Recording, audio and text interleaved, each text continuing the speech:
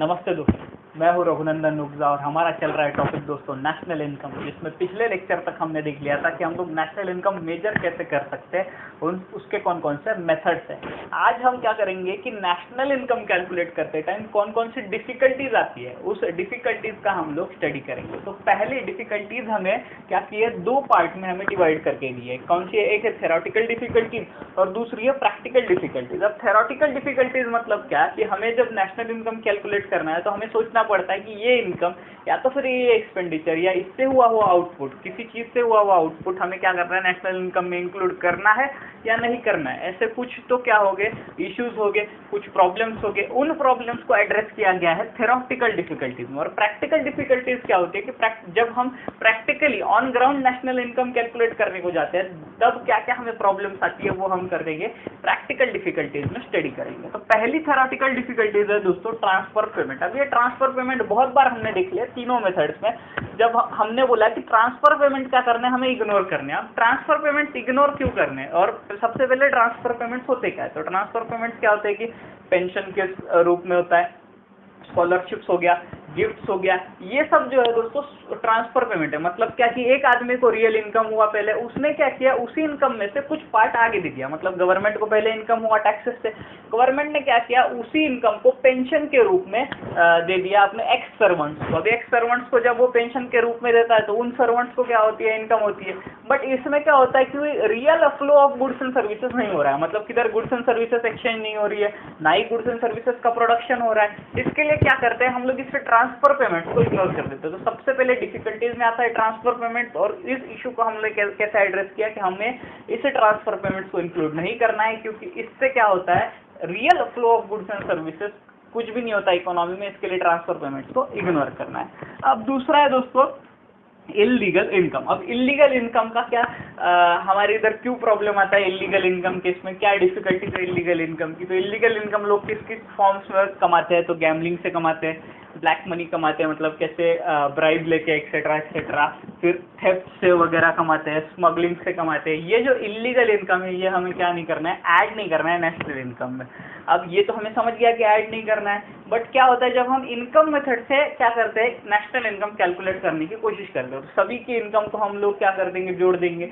But कोई आदमी खुद से होके ऐसे नहीं बताता कि मेरी ये इनकम इलीगल है, इसके लिए इसको ऐड मत करो। अब इलीगल इनकम से क्या होता है कि real flow of goods and services कुछ भी नहीं होता। मतलब इधर गुड्स एंड सर्विसेज एक्सचेंज नहीं हुई होती है, सिर्फ क्या होता है वो ट्रांजैक्शन इन मनी होता है। इसके लिए क्या होता है, इनकम बढ़ जाता है एक आदमी का। बट एक आदमी डिस्क्लोज ही नहीं करता है कि उसको ये इनकम लीगल फॉर्म से हुई है या इलीगल फॉर्म से हुई है। तो इसके लिए डिफिकल्टी आती है दोस्तों, प्रैक्टिकल डिफिकल्टी भी आती है और थेरोटिकल डिफिकल्टी भी है कि इलीगल इनकम के टाइम मतलब हम समझ ही नहीं पाते कि कौन सा इनकम लीगल है और कौन सा इनकम इलीगल है।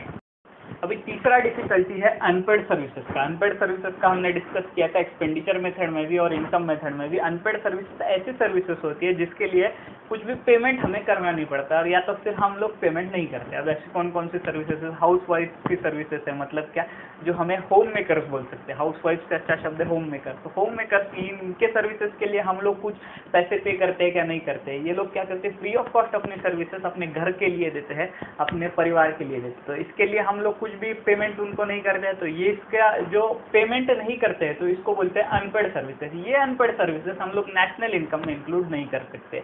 और क्या एग्जांपल हो सकता है दोस्तों कि volunteers of a charitable trust. मतलब चैरिटेबल ट्रस्ट के बहुत सारे वॉलंटियर्स होते हैं। जैसे हम देखते हैं कि बहुत सारे चैरिटेबल रिलीजियस ट्रस्ट भी होते हैं। कौन कौन से? जैसे इस्कॉन हो सकता है, बालाजी टेम्पल हो सकता है। इनमें क्या होता है, बहुत सारे वॉलंटियर्स होते हैं जो फ्री ऑफ कॉस्ट अपनी सर्विसेज इनको देते हैं कि मतलब जो उधर जो भी काम पड़े वो काम ये लोग कर देते हैं। अनपेड सर्विसेज हो सकती है। और चैरिटेबल इंस्टीट्यूशन हो सकते हैं दोस्तों। एक चैरिटेबल इंस्टीट्यूशन है, आपको मालूम होगा तो रॉबिन हुड आर्मी बोल के एक चैरिटेबल इंस्टीट्यूशन है जो क्या करता है, फूड सप्लाई करते हैं गरीबों के लिए या तो फिर एजुकेशन सर्विसेज देते हैं। किसके लिए? गरीबों के लिए बिल्कुल फ्री ऑफ कॉस्ट देते हैं। इनके लिए इनके भी क्या होते हैं, वॉलंटियर्स होते हैं। ये वॉलंटियर्स क्या करते हैं, अपनी सर्विसेज फ्री ऑफ कॉस्ट देते हैं। मतलब किसी गरीब बच्चों को पढ़ाना है तो वो फ्री ऑफ कॉस्ट पढ़ा देते हैं। तो इसके लिए ये जो भी सर्विसेज दे रहे हैं वो अनपेड सर्विसेज है। ऐसी अनपेड सर्विसेज हम लोग क्या नहीं करेंगे, नेशनल इनकम में कैलकुलेट नहीं करेंगे, क्योंकि इसके लिए ना ही कोई गुड्स एंड सर्विसेज का फ्लो तो हुआ है बट क्या नहीं हुआ है कि उसके लिए कोई मनी एक्सचेंज नहीं हुआ है। इसके लिए हम लोग क्या नहीं करेंगे कि इसको नेशनल इनकम में कैलकुलेट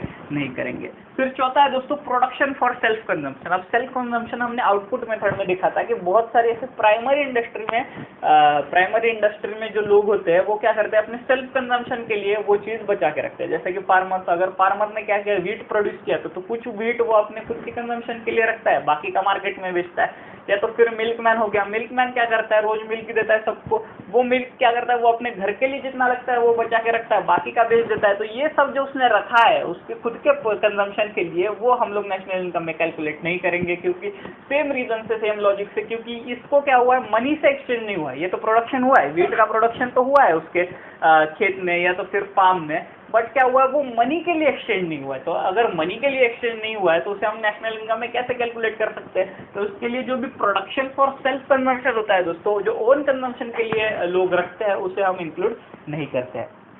फिर है income of the foreign firm. अब income of the foreign firm में क्या डिफिकल्टी आती है कि फॉरेन फर्म का इनकम हम लोग किधर कैलकुलेट करें? तो बहुत सारी ऐसी फॉरेन फर्म्स होती है दोस्तों जो इंडिया में प्रोडक्शन करती है, मतलब वो सिचुएटेड किधर है, फॉरेन में है, बट प्रोडक्शन उनका प्लांट किधर है, इंडिया में। प्रोडक्शन प्लांट इंडिया में है, इंडिया में से प्रोडक्शन करके वो क्या करती है, इंडिया में ही सेल करती है, तो इंडिया से बाहर करती है। तो जिधर प्रोडक्शन हुआ उस देश की जीडीपी में क्या करेंगे, हम लोग इनका इनकम ऐड कर लेंगे। जैसे एग्जाम्पल देता हूँ, जॉनसन बेबी कंपनी है जो बेबी सोप्स बनाती है, बेबी प्रोडक्ट्स बनाती है, उनका प्लांट इंडिया में, इंडिया से प्रोडक्शन करते हैं, इंडिया में बेचते हैं।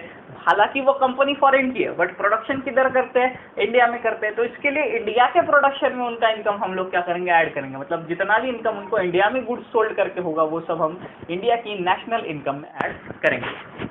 अभी और डिफिकल्टीज आती है हमें किसमें, कि वैल्यूएशन ऑफ गवर्नमेंट सर्विसेज में हमें क्या आती है, थ्योरेटिकल डिफिकल्टीज आती है। अब गवर्नमेंट क्या करती है, हमें बहुत सारी सर्विसेज देती है। जैसे कौन कौन सी सर्विस देती है, डिफेंस सर्विस देती है, लॉ एंड ऑर्डर सर्विस देती है, एडमिनिस्ट्रेशन सर्विस क्या करती है, गवर्नमेंट संभालती है।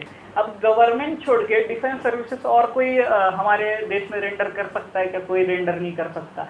तो इसके लिए उस सर्विसेज की रियल वर्थ निकालना, रियल प्राइसेस निकालना बहुत मुश्किल हो जाता है। हमें सबको मालूम है, जब हमें आउटपुट मेथड से क्या करना है, इनकम को कैलकुलेट करना है, तो हमें market value of goods and services लेने पड़ते हैं। अब market value of goods and services के लिए हम क्या करते हैं, कंपेयर करते थे कि समझो एक प्रोड्यूसर के पास ये मार्केट है, ये वैल्यू है, दूसरे प्रोड्यूसर के पास ये वैल्यू है, तो हम लोग कंपेरिजन करके मार्केट प्राइस निकाल लेते थे। बट इसमें गवर्नमेंट क्या है, सिंगल प्लेयर है। सिंगल प्लेयर अगर गवर्नमेंट है तो उसके सर्विसेज की वैल्यू मार्केट प्राइस पे, मतलब सही प्राइस पे डिटरमाइन करना बहुत मुश्किल हो जाता है। इसके लिए अगर वैल्यूएशन ऑफ गवर्नमेंट सर्विसेज करना है, तो मतलब गवर्नमेंट हमें एडमिनिस्ट्रेशन सर्विस दे रही है, तो वो सर्विस कितने की वर्थ है, मतलब कितनी वर्थ है उस सर्विस की, वो निकालना हमें मुश्किल हो जाता है। इसके लिए वैल्यूएशन ऑफ गवर्नमेंट सर्विस बहुत मुश्किल है। तो कौन कौन सी सर्विस देती है, defence, law order, administration, health, education, etcetera etcetera.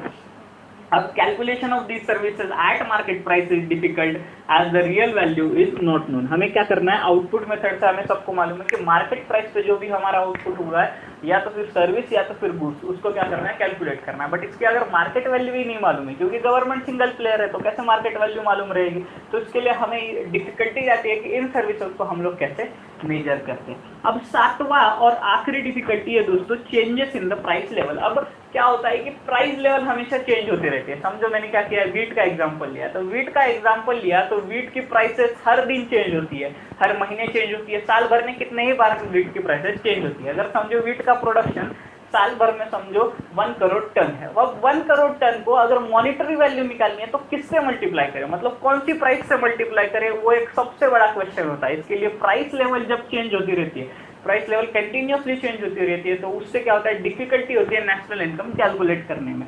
Difficulties in the national income calculating national income arises due to change in the price level at the same production national income में भी high और लो। मतलब समझो क्या हुआ, 1 crore ton का wheat का production हुआ हमारे देश में, पूरे इंडिया में। अब उसको मैं क्या करूंगा, किस प्राइस लेवल से मल्टीप्लाई करूंगा, उससे मेरी नेशनल इनकम डिराइव होगी। समझो मैंने कम प्राइस से मल्टीप्लाई कर दिया तो नेशनल इनकम कम दिखेगी, ज्यादा प्राइस से मल्टीप्लाई कर दिया तो नेशनल इनकम ज्यादा दिखेगी। इसके लिए मोस्ट अप्रोप्रिएट प्राइस निकालना, changes in the price level होने तक मोस्ट अप्रोप्रिएट प्राइस निकालना सबसे बड़ी डिफिकल्टी है दोस्तों नेशनल इनकम कैलकुलेट करते टाइम। तो ये सब थी हमारी डिफिकल्टीज, थ्योरेटिकल डिफिकल्टीज या तो फिर कंसेप्शनल डिफिकल्टीज जो हमें नेशनल इनकम कैलकुलेट करते टाइम आती है। थैंक यू सो मच दोस्तों।